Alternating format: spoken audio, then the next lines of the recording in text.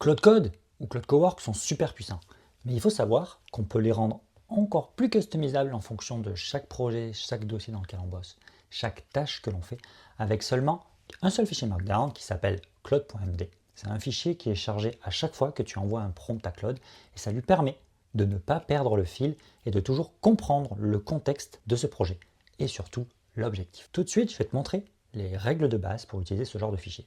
Pas besoin d'être technique, pas besoin d'être un développeur, c'est un fichier texte au format Markdown. Donc dans cette vidéo, on ne va pas s'attarder sur l'auto-memory, on va vraiment parler du fichier claude.md. C'est un fichier qui se trouve à la racine de ton projet, tu peux le créer manuellement, le fichier s'appelle claude.md. C'est toi qui l'écris. Il contient les instructions et les règles que tu as besoin dans ce projet. Je te montrerai un exemple après du fichier claude.md que j'utilise. Il est scopé en fonction du projet d'utilisateur et de l'organisation. Ça, clairement, ce n'est pas le sujet d'aujourd'hui. Si tu veux que j'aille plus loin en fonction des différents niveaux de fichier claude.md, n'hésite pas à le mettre en commentaire, je me ferai un plaisir d'en parler.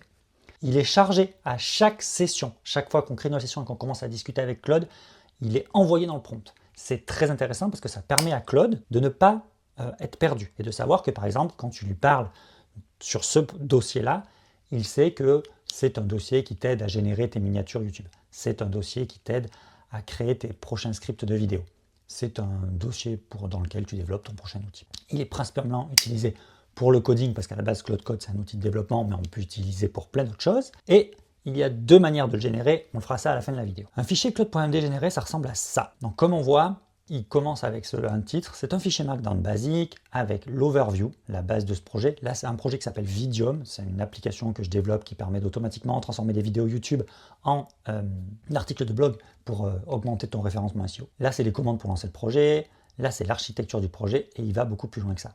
Mais on peut le mettre sur un projet un peu moins technique, par exemple un personal wiki. Comme on voit, c'est la même idée. C'est un screenshot d'Obsidian. On voit que c'est mon personal wiki, il décrit à quoi consiste ce dossier. En fait, c'est un personal wiki maintenu par un LLM.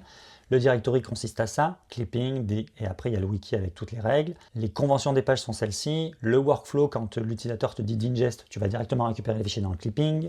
Quand il dit de query, tu vas regarder le fichier index.md et de là ensuite, avec les wikilinks, tu vas savoir quoi faire. Le lint et le style. Ça permet en fait, chaque fois que je lance mon Claude Code sur ce dossier-là, qui est mon wiki personnel, mon second brain, en fait, il sait directement quoi faire. Je n'ai pas à lui re-expliquer constamment ce que je dois faire. Pour ceux qui ont le concept des prompts, c'est un peu le concept de système prompt, mais pas totalement. Et en fait, ce n'est pas plus compliqué que ça. Et pour le générer, il y a deux méthodes. On va tout de suite aller sur mon interface Claude et je vais vous montrer comment. Donc, me voilà dans l'interface de Claude. Je choisis un dossier de test. Ça ne nous intéresse pas, ça. Pour générer le fichier claude.md, il y a deux manières. Tout d'abord, on peut faire /init. Quand on tape ça, il va comprendre qu'il doit lister les dossiers du projet et les fichiers. Tu vois, il va lire le root directory, il va lire le readme, il va lire tous les fichiers qui lui paraissent intéressants dans ce projet. Et de là ensuite, il va créer le fameux fichier claude.md pour avoir déjà une base, une trame sur laquelle nous on peut commencer. Ce fichier-là n'est pas statique. Il évolue au fur et à mesure du temps. Il faut savoir que si on voit Claude, par exemple, souvent faire la même erreur, on peut lui mettre dans le fichier, à chaque fois que tu fais cette action, tu dois absolument faire ceci.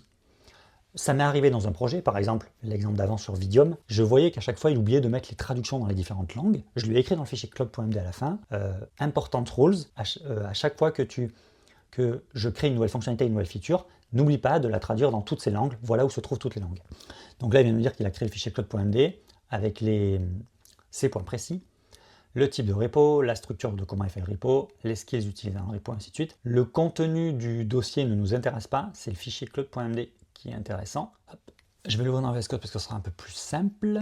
Hop. Ok, et donc nous voilà dans VS Code. Donc comme on voit le fichier, c'est un claude.md, il contient les rules du repo, le layout, les skills, l'autorisation et le commit style. Et si je veux, je peux lui rajouter des trucs manuellement. Et c'est des règles qu'il aura à chaque fois. Donc si tu te rends compte que ton Claude, sur ce dossier-là, ce projet-là, il a tendance à faire ce genre d'erreur, ou ne pas suivre les guidelines, ou devoir constamment lui répéter la même chose, dis-toi que tu peux l'ajouter dans ce fichier, dans ce fameux fichier claude.md. Voilà, pas plus compliqué que ça. Un petit fichier Markdown permet de customiser son agent de développement en fonction de son besoin par rapport à chaque projet. Comme quoi, en 2026, pas besoin d'être développeur, pas besoin d'être hyper technique pour customiser son agent à la Claude Code ou à la Claude Cowork.